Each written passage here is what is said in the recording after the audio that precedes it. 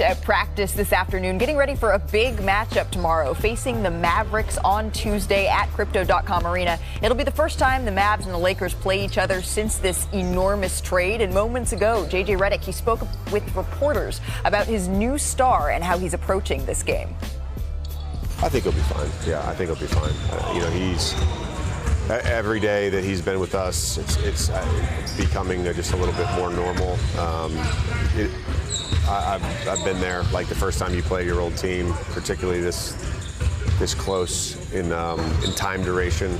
It's going to be weird, but he'll be able to handle it. So the Lakers, they are 7.5-point favorites tomorrow against Dallas. Luka's over-under points line, it's been set at 30.5 in his first meeting against his former team. It's a little bit of a bummer, though. No Anthony Davis in this one as he continues to rehab from that left adductor strained legs. What's your expectation, though, for Luka in this matchup? Because I think he's got this one circled. Yeah, he definitely has it circled, but unfortunately for him, it is happening too soon, right? So, because he had a great game on Saturday, but he's certainly not ready to do that, I don't think, consistently. That's going to take a little bit more time. That one in April, going to Dallas, obviously that's the big one he's going to be looking at, but he'd love to torch them. There's no question in my mind in this game on Tuesday. He would love to be able to put up numbers and talk to them the entire time and just have a blast out there. I just don't know if he's quite physically ready to do that yet, so we might have to wait until that visit to Dallas in April, and by then it'll be real spicy because they'll probably have Anthony Davis playing, so that's the one we're all going to be waiting for.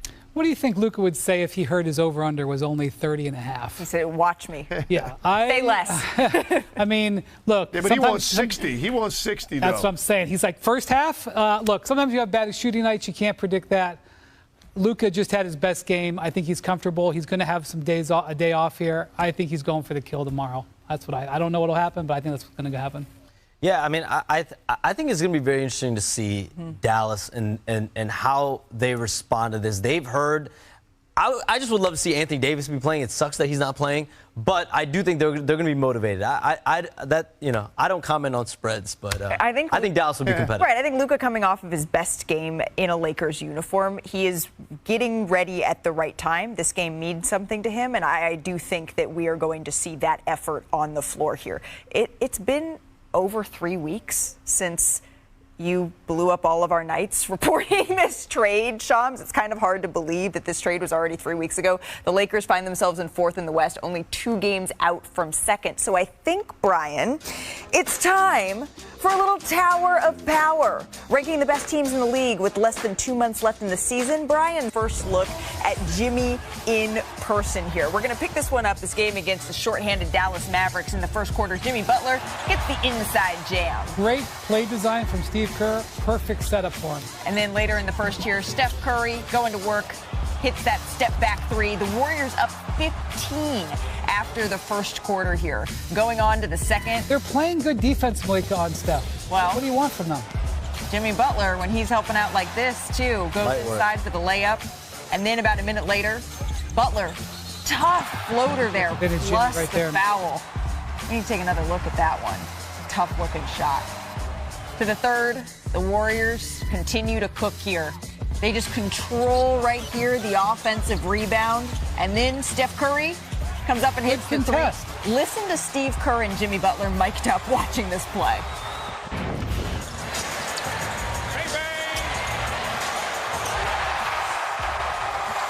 That's kind of fun watching that, isn't it? I don't want this Saturday, right?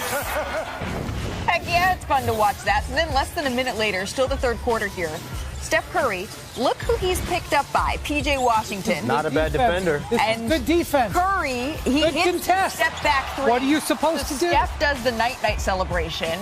Here's what Curry said about doing so this early in the game. So whatever the question is just a moment that I had with somebody on the other side. Longer story. Let's talk about that longer story, shall we? Curry is referencing this. On 2 separate occasions this year, Washington has hit the night-night in wins against Golden State.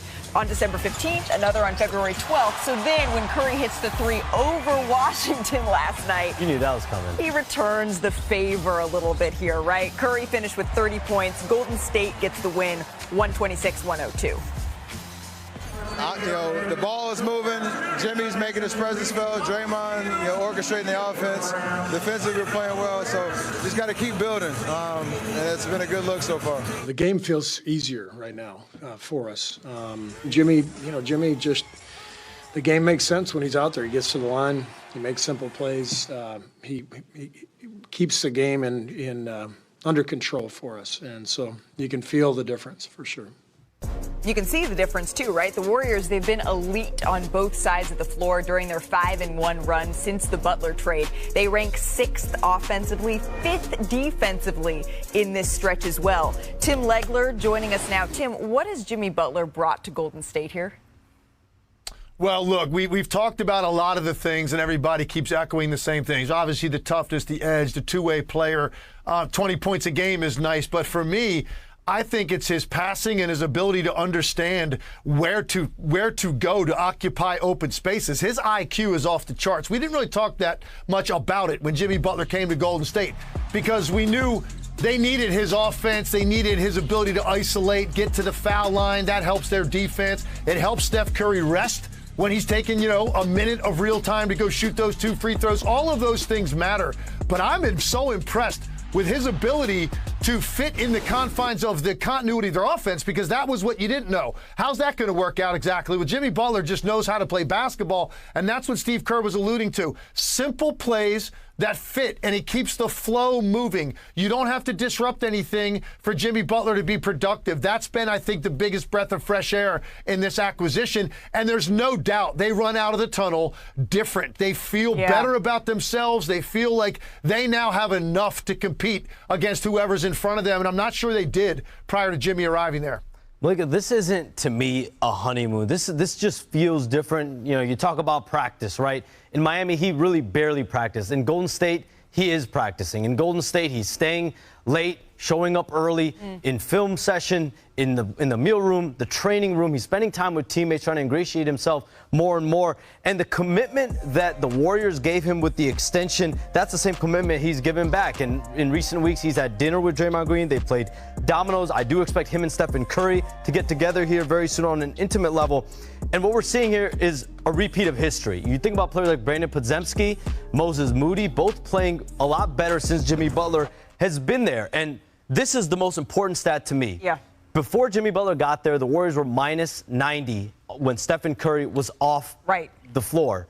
With Jimmy Butler's arrival in the last few weeks, the Warriors are plus 30. That alone makes this trade a massive win for the Warriors. It's always been the Golden State Warriors' sort of issue is how do they contend with the non-Steph minutes? How do they stay afloat in those minutes that he's off the floor? And with Jimmy, they've looked pretty good so far. I think the definition of not being a honeymoon stage is this lasts for a while and they get their goal of being a top 6 seed. How sustainable is that, Brian? Well, though, they've got the second easiest schedule coming in the West. Right. So when you look at that, you also look at it, they're 2 games out of being in 6, which is their goal. Right. What I found interesting is what Draymond said. I know some people smiled at it when Draymond said this team can win the championship. I'm going to pay attention to that a little bit. While I'm not certainly saying that, the reason I think he feels that way, number one, he likes the direction of the team. Number two, he's looking at the teams in front and saying, this is really unclear how this is going to fall. You look at the East, the Cavs have been 1 for the whole season. The Celtics have number 2 locked down. The Knicks are pretty solidly in 3. You got a pretty good idea who's going to be 4 or 5. After the Thunder in 1, I don't know what's going to happen in the West. Right. And Draymond feeling that and seeing the opportunities here, I'm going to take that into account as I watch how this unfolds. Well, and as we just showed in the standings here, they won. The Clippers lost. Of course, they were without Norm Powell, without Kawhi Leonard here. But a game and a half essentially separates 6 through 9 here in the Western Conference. It's the Clippers, it's the Timberwolves, it's the Mavericks, it's the Warriors. Who of those 4 teams is healthy right now? Just Golden State. And so you have to take that into account a little bit. But as the Warriors set their sights here on climbing into the top 6, let's just shoot up the standings a little bit. The top of the West, SGA and the Thunder in Minnesota last night. And this was a battle here, Brian.